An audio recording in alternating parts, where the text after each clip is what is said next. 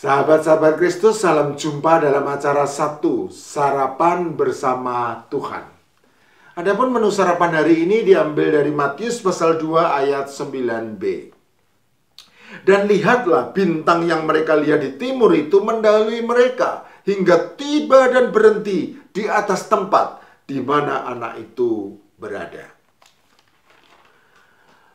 Matius dalam Injilnya mencatat demikian. Sesudah Yesus dilahirkan di Betlehem di tanah Yudea pada zaman Raja Herodes, datanglah orang-orang Majus dari timur ke Yerusalem dan bertanya-tanya, "Di manakah dia, raja orang Yahudi yang baru dilahirkan itu? Kami telah melihat bintangnya di timur dan kami datang untuk menyembah dia." Matius pasal 2 ayat 1 dan 2. Orang-orang Majus dari timur adalah suatu suku dari bangsa Made yang menduduki jabatan imam di kerajaan Persia. Karena Majus itu sendiri sejatinya berarti imam. Orang-orang Majus itu sangat terkenal sebagai golongan orang bijaksana, ahli-ahli nujum yang menafsirkan mimpi-mimpi, dan juga ahli ilmu perbintangan untuk melihat tanda-tanda zaman. Para ahli teologi Perjanjian Baru bersilang pendapat tentang bintang di timur atau lazim disebut bintang Betlehem yang dilihat oleh orang-orang Majus itu. Ada yang mengatakan bahwa bintang itu mungkin adalah bintang berekor atau komet. Ada juga yang mengatakan bahwa bintang itu mungkin adalah konjungsi antara planet Jupiter dan planet Saturnus. Yang lain ada juga yang mengatakan bahwa bintang itu mungkin adalah bintang supernova, yaitu suatu bintang baru yang muncul pada waktu-waktu tertentu dan cahayanya dari samar-samar tiba-tiba benderang lalu berangsur-angsur memudar kembali lalu menghilang. Bintang nova memang tidak bisa dilihat dengan mata telanjang, tetapi bintang supernova bercahaya terang menerangi kegelapan malam sehingga dapat dilihat dengan mata telanjang. Jelaslah bahwa tidak ada seorang pun yang dapat memastikan bintang apakah yang dilihat oleh orang-orang Majus di timur. Dan sebaiknya kita juga tidak perlu memastikan hal yang tidak pasti tersebut. Tetapi satu hal yang pasti adalah keberadaan bintang di timur itu memang benar-benar ada dan menjadi suatu pertanda lahirnya seorang raja yang besar dalam diri Tuhan Yesus Kristus. Sejak melihat bintang, pertanda kelahiran seorang raja yang besar, kemudian melakukan perjalanan jauh untuk mencarinya, orang-orang Majus itu kemungkinan besar menempuh waktu berbulan-bulan, bahkan bisa jadi sampai melewati tahun. Dugaan waktu tempuh yang sangat lama ini saya simpulkan berdasarkan 3 hal. Yang pertama, berhubung orang-orang Majus melakukan perjalanan dengan mengikuti tanda bintang di langit, maka kemungkinan besar mereka hanya melakukan perjalanan di malam hari, yang pasti lebih sulit dan jauh lebih berbahaya ketimbang di siang hari. Jarak yang jauh dari Persia tempat asal mereka ke Israel, serta perjalanan di malam hari melintasi padang gurun, membuat waktu tempuh menjadi jauh lebih lama. Yang kedua, berbeda dengan Lukas yang dalam Injilnya memberi catatan bahwa tanda lahirnya seorang juru selamat di kota Betlehem. Gembala-gembala di padang akan menjumpai seorang bayi dibungkus dengan lampin dan terbaring di dalam palungan. Lukas pasal 2 ayat 11 dan 12. Maka Matius dalam Injilnya memberi catatan bahwa orang-orang Majus masuk ke dalam rumah itu dan melihat anak itu bersama Maria, ibunya. Matius pasal 2 ayat 11.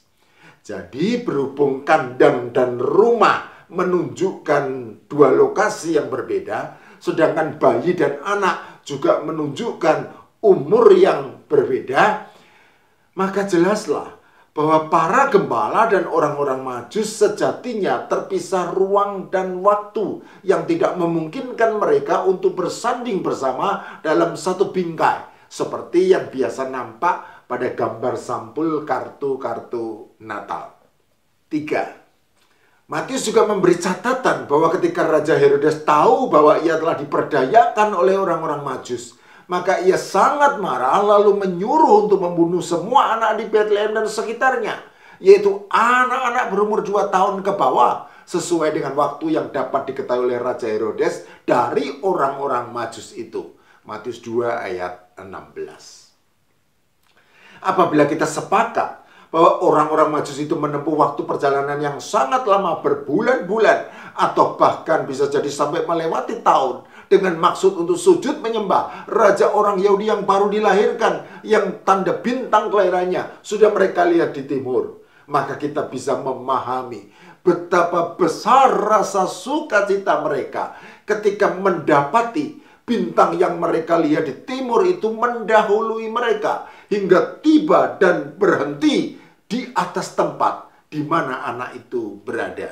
Matius 2 ayat 10 dan 11. Perjalanan panjang yang sangat melelahkan dan penuh mara bahaya itu akhirnya terbayar lunas karena mereka berjumpa dengan Sang Juru Selamat dunia, Tuhan Yesus Kristus. Orang-orang yang skeptis boleh saja meragukan fakta bahwa tanda bintang yang bercahaya di langit kelam yang dilihat orang-orang Majus di timur itu bisa menuntun mereka sampai ke Bethlehem. Orang-orang yang tidak percaya boleh saja menyaksikan fakta adanya bintang yang bergerak lalu berhenti tepat di atas tempat di mana Juru Selamat dunia berada. Siapapun boleh meragukan atau tidak percaya, tetapi hal itu tidak bisa mengubah fakta bahwa jika Allah pencipta langit, bumi, dan seluruh alam semesta dengan segala isinya mau bertindak, maka tidak ada yang mustahil baginya. Apalagi hanya sekadar memasang bintang yang bercahaya di langit kelam sebagai tanda lahirnya Juru Selamat dan menuntun orang-orang Majus untuk datang serta sujud menyembah Tuhan Yesus Kristus. Jelas bukan merupakan persoalan bagi Allah pencipta semesta. Kita semua yang hidup pada zaman ini memang tidak melihat bintang yang bercahaya di langit kelam sebagai tanda lahirnya Tuhan Yesus Kristus, Sang Juru Selamat dunia, sekaligus sebagai penuntun untuk datang dan sujud menyembahnya. Tetapi Allah tidak pernah kekurangan cara dan alat peraga untuk menuntun orang-orang yang telah dipilih serta ditentukannya dari semula untuk mendapatkan anugerah keselamatan dalam iman percaya kepada anaknya yang tunggal, Tuhan Yesus Kristus. Tahun demi tahun berlalu, Natal demi Natal juga sudah sering kita rayakan. Langit kelam pada malam hari ini mungkin sama saja atau mirip dengan langit kelam pada malam-malam sebelumnya. Ada berjuta-juta kerlip bintang yang menerangi kegelapan malam. Tetapi yang pasti, tidak akan pernah ada lagi tanda bintang yang bercahaya di langit kelam seperti yang nampak di timur dan di kota Bethlehem ribuan tahun yang lalu. Sebagai tanda lahirnya Tuhan Yesus Kristus, Sang Juru Selamat dunia. Oleh karena itu, jangan melihat ke atas ke langit kelam, tetapi lihatlah jauh ke dalam lubuk hati. Adakah kerlip cahaya bintang Bethlehem di sana? Adakah cahaya kasih Tuhan Yesus Kristus memenuhi hati dengan damai surgawi?